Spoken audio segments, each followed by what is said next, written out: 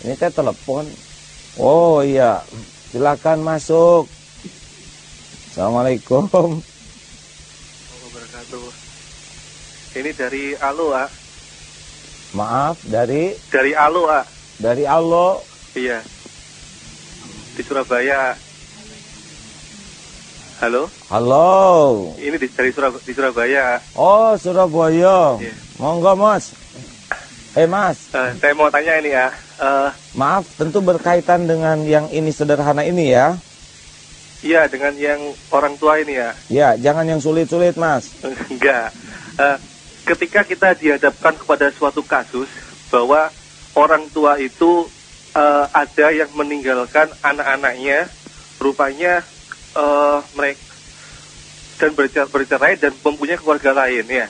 Setelah itu berarti anak-anaknya ditinggalkan dalam posisi kecil, sangat sulit. Nah, setelah mereka bertemu kembali, akhirnya si orang tua ini yang dahulu kasih sayangnya tidak mereka curahkan kepada anak-anak itu, rupanya saat ini juga kasih sayangnya tidak sepenuhnya, malah separuh-separuh. Malahan si anak tersebut sering dijadikan istilahnya sebagai apa ya, bahan kesalahan yang paling mendasar gitu loh.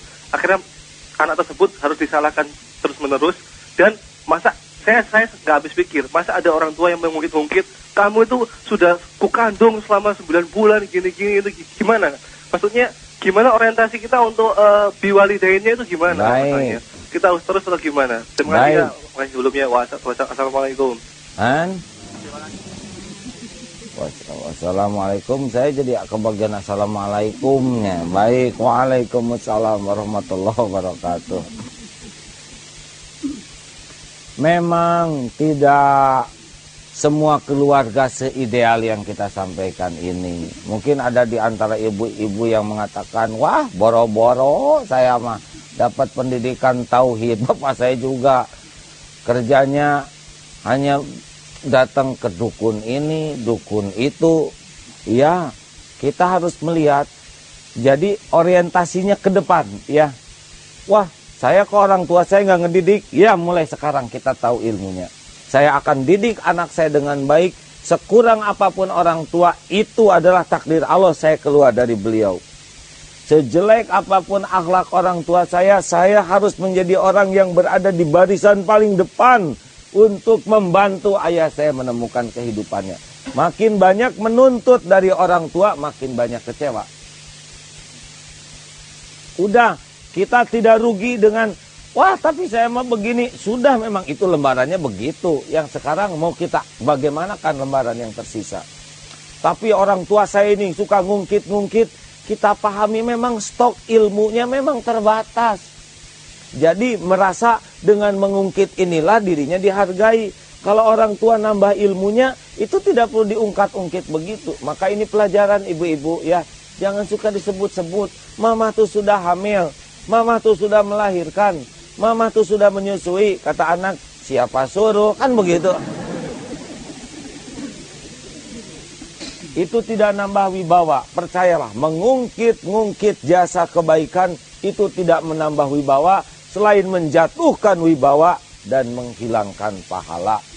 Oleh karena itu, pelajaran dari saudara kita barusan, kalau ikhlas orang tua enggak usah ngungkit-ngungkit. Apalagi sampai dicatat pengeluaran. Ya, ini kamu sekali menyusui dianggap 5.000, ya enggak? Sehari kamu 6 kali 30.000, kali sebulan 900, dikali wah. Baik, telepon selanjutnya. Halo? Ya. Nomornya sudah tahu belum? Sudah diberitahu kan? Assalamualaikum. Waalaikumsalam warahmatullahi wabarakatuh. Halo, Pak, dari Bu Sofi. Bu Sofi di mana Bu Sofi? Di Ciputat. Di Ciputat. Ciputat, Jakarta ya? Iya. Halo, Assalamualaikum. Waalaikumsalam warahmatullahi wabarakatuh. Ibu, saya mau tanya.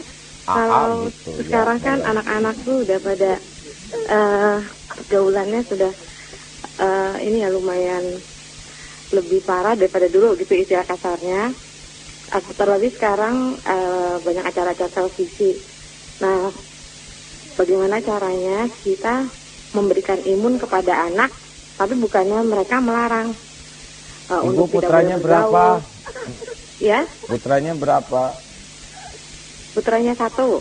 Sebesar apa? Maksudnya usia berapa? Oh, masih balita. Oh, Ah, itu yang untuk bunyi itu kan? Kenapa? Itu yang sedang menangis. Oh iya. Oh. Jadi gitu Pak. Makasih Pak. Assalamualaikum. Waalaikumsalam warahmatullahi wabarakatuh. Ini bagus sekali ini. Dari mulai balita sudah mau dikasih imun. Kan ada disuntik apa teh geningan vaksinasi supaya ararimun ya. Bagaimana nih? Itulah kalau ibu bapaknya benar-benar ilmunya menambah terus, keyakinannya kokoh, jadi menghadapi masalah juga si anak tuh bisa merekam ketika sulit uang. Ternyata bapak tuh tenang, tidak uring-uringan. Kata anak, Pak, kenapa kok bapak tenang aja? Kita kan lagi tidak punya uang. Ya kan nggak tenang juga, tetap aja nggak punya uang. Ya. Kalau ibu dengan bapak benar-benar stabil, kalau berkelahinya juga tidak diperlihatkan ke anak-anak, ketenangannya, keyakinannya kepada Allah, ibadahnya ketika dapat nikmat, bapak ibu tuh benar-benar syukurnya luar biasa. Kalau dapat rezeki juga sodako. Pak, kenapa bapak kalau punya uang suka dikasih-kasih ke tetangga, ke orang lain? Nah, ini tuh rezeki dari Allah. Kita itu tidak akan kaya dengan uang yang kita kumpulkan.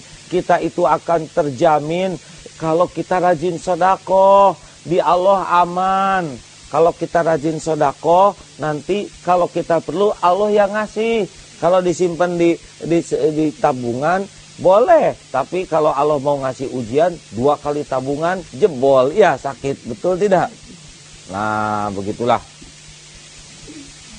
Jadi ibu bapak yang budiman di rumah luar biasa pentingnya bagi kita untuk terus meningkatkan kualitas ilmu kita supaya kepada Allah itu yakin. Nah, rahasia terpenting adalah bagaimana kita berbicara karena sudah menjadi bagian dari keyakinan kita, ya. Jadi ibu bapak jangan berharap punya anak-anak ikhlas kalau dia tidak mengenal Allah. Jangan berharap anak-anak tidak rewel ke orang tua kalau dia tidak diperkenalkan kepada Allah. Hanya dengan mengenal Allah, alladzina yadhkurunallaha qiyaman wa qu'udan wa 'ala junubihim wa yatafakkaruna fi khalqis samawati wal ard. Rabbana ma khalaqta hadza batila subhanaka faqina adzabannar.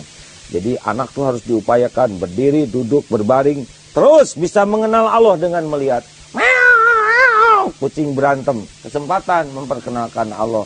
Tuh anak-anak, kucing ini Allah yang membuat, ada rezekinya masing-masing. Tuh lihat kasih sayang itu ibunya dibawa anaknya walaupun tidak belajar, tidak kursus. Begitulah dikenalkan.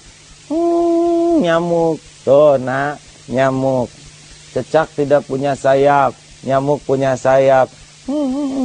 Tuh kan, kalau rezeki begitu. Walaupun tidak punya sayap, tapi cecak ketemu dengan rezekinya karena Allah yang ngasih rezeki.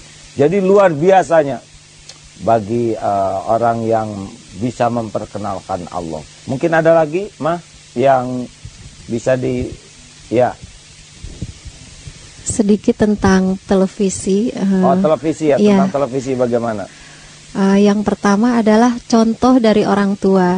Jadi kalau orang tua memberikan contoh bahwa nonton TV ini harus jadi kebaikan, maka dia akan pilih-pilih. Nah itu anak akan melihat gitu, walaupun masih kecil.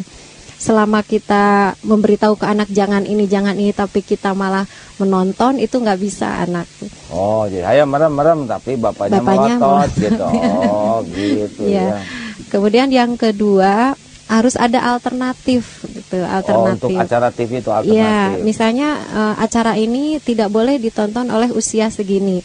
Nah, anak nggak bisa dilarang sekaligus, mesti ada kan, alternatif. Lari ke rumah tetangga waktu itu juga kita yang kita dimatiin, anak-anak nggak ada, toh nonton di tetangga, Pak. Ya, jadi ada kegiatan lain yang anak tuh lebih suka daripada nonton acara yang kurang bermanfaat. Harus pinter-pinter, banyak mainan. Ya, baik. Baik, penelpon selanjutnya dari seluruh penjuru tanah air. Dipersilakan 57447781 atau 57447782.